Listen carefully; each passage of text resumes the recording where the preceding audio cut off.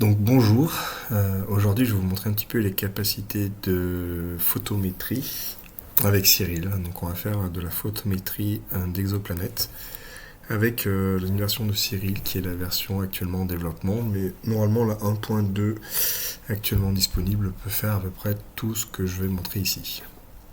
Alors, je charge une séquence qui est une séquence qu'on m'a prêtée d'exoplanètes. Alors bon, on voit idéalement les flats sont pas très bien faits, mais on va s'en contenter. C'est surtout pour l'exemple, bien que quand on fait de la photométrie, idéalement c'est d'avoir des flats qui corrigent parfaitement le champ.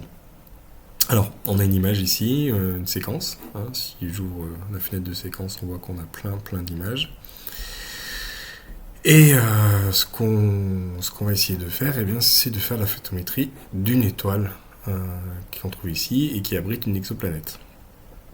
Alors, ce qu'on fait, c'est qu'au début, on ne sait pas vraiment où se trouve l'exoplanète, donc on va faire une astrométrie dessus. Alors, on peut accéder par l'astrométrie par le menu ici, où il y a le Image Plate Solver, ou sinon en faisant CTRL majuscule A.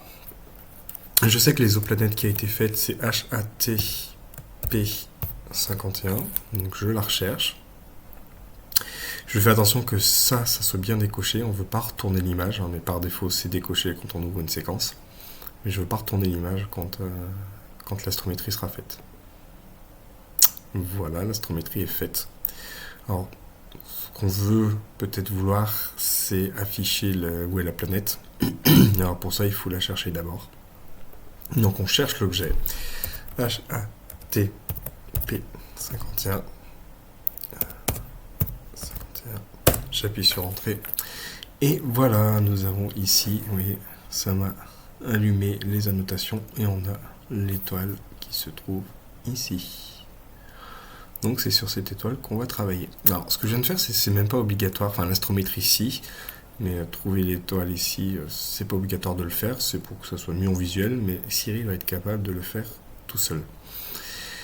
Une fois que ceci est fait, je vais dans mon outil plot et je clique sur Comparison Star.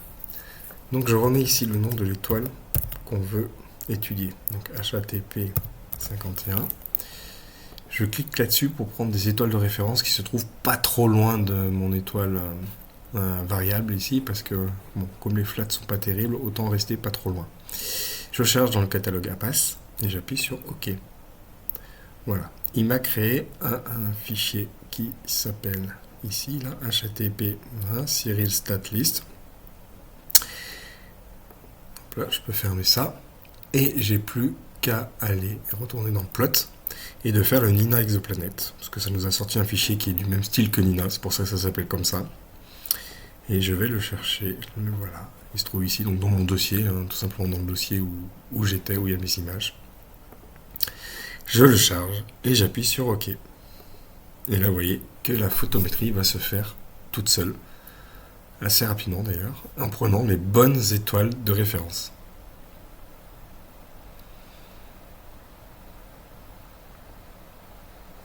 Voilà. Et à la fin, nous avons une très belle courbe de lumière où on voit très bien le transit de l'exoplanète.